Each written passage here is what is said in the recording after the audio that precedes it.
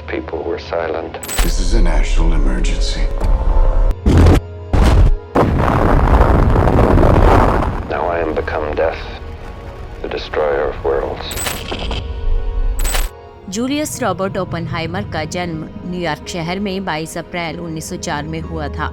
वो संयुक्त राज्य अमेरिका के एक सैद्धांतिक भौतिक विज्ञानी और लॉस एलामोस प्रयोगशाला के युद्धकालीन निदेशक थे और कैलिफोर्निया विश्वविद्यालय बर्कले में पढ़ाते थे। उन्हें परमाणु बम का जनक भी कहा जाता है।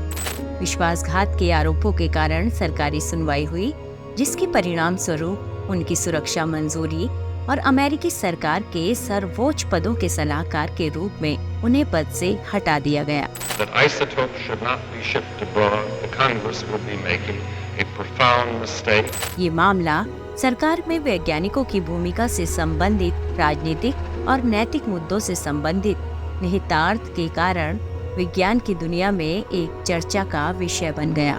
I remembered the line from the Hindu scripture, the Bhagavad Gita. To impress him, takes on his multi-armed form.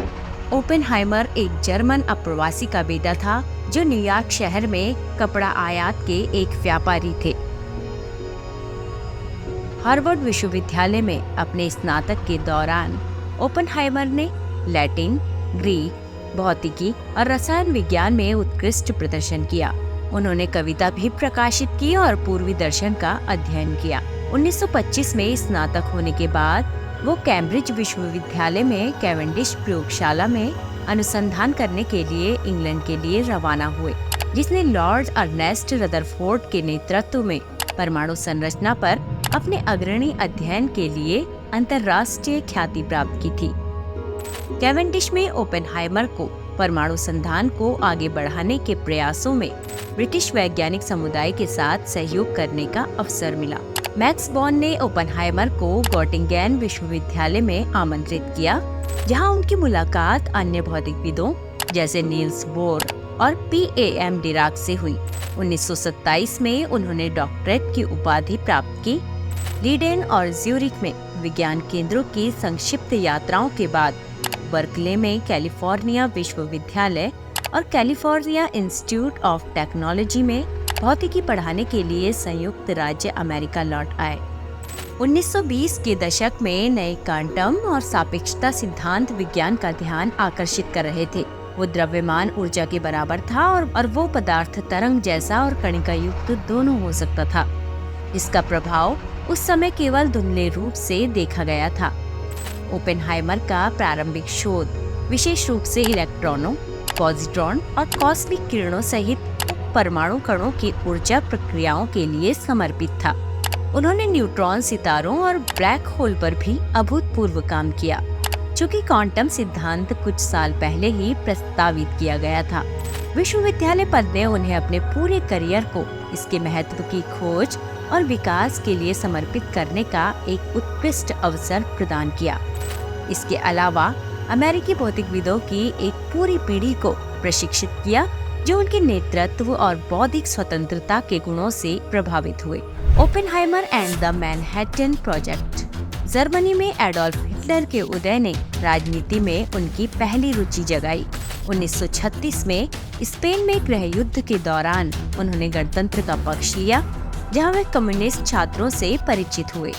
हालांकि 1937 में उनके पिता की मृत्यु के बाद ओपेनहाइमर के पास इतनी संपत्ति नहीं बची थी कि वो फांसीवाद विरोधी संगठनों को सब्सिडी दे सके। जोसेफ स्टालिन द्वारा रूसी वैज्ञानिकों को दी गई दुखद पीड़ा के कारण उन्हें कम्युनिस्ट पार्टी के साथ अपने संबंध वापस लेने पड़े। वास्तव में वो कभी पार्टी में शामिल हुए ही नहीं और साथ ही उनमें एक उदार लोकतांत्रिक दर्शन को सुदृढ़ किया। 1939 में ओपेनहाइमर ने कैलिफोर्निया विश्वविद्यालय लॉस एंजल्स में वनस्पति विज्ञान में स्नातक की छात्रा कैथरीन क्वेनिंग के साथ प्रेम संबंध शुरू किए। क्वेनिंग ने अपने पति को तलाक दिया और 1940 में ओपेनहाइमर से शादी कर ली। 1939 में नाजी जर्मनी द्वारा पोलैंड पर आक्रमण के बाद भौतिक विज्ञानी अल्बर्ट आइंस्टीन, लियो ज़िलॉर्ड और यूजिन विग्नर ने अमेरिकी सरकार को चेतावनी दी कि अगर नाजी परमाणु बम बनाने वाले पहले व्यक्ति होंगे तो पूरी मानवता को खतरा होगा। इसके बाद ओपेनहाइमर ने प्राकृतिक यूरेनियम से यूरेनियम 235 को अलग करने और एक ऐसे बम बनाने के लिए आवश्यक यूरेनियम के महत्वपूर्ण द्रव्यमान को निर्धारित करने के लिए एक प्रक्रिया की तलाश शुरू की। अगस्त 1942 में अमेरिकी सेना को सैन्य उद्देश्यों के लिए परमाणु ऊर्जा का उपयोग करने का तरीका खोजने के लिए ब्रिटिश और अमेरिकी भौतिकविदों के प्रयासों को व्यवस्थित करने की जिम्मेदारी दी गई। एक प्रयास जिसे मैनहट्टन परियोजना के रूप में जाना जाता है। ओपेनहाइमर को इस कार्य को पूरा करने के लिए एक प्रयोगशाला स्थापित करने और प्रशासित करने का निर्देश दिया गया।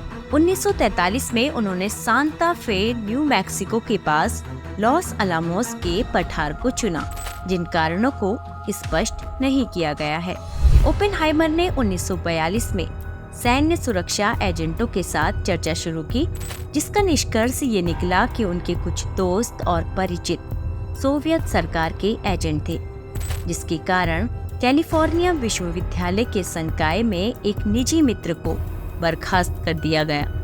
1954 की सुरक्षा सुनवाई में उन्होंने उन चर्चाओं में अपने योगदान को झूठ का ताना बाना बताया।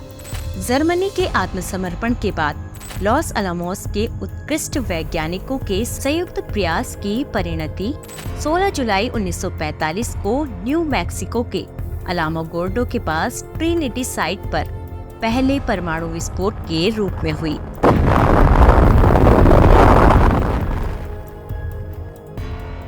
उसी वर्ष अक्टूबर में ओपेनहाइमर ने अपने पद से इस्तीफा दे दिया। 1947 में वो उन्नत अध्ययन संस्थान के प्रमुख बने।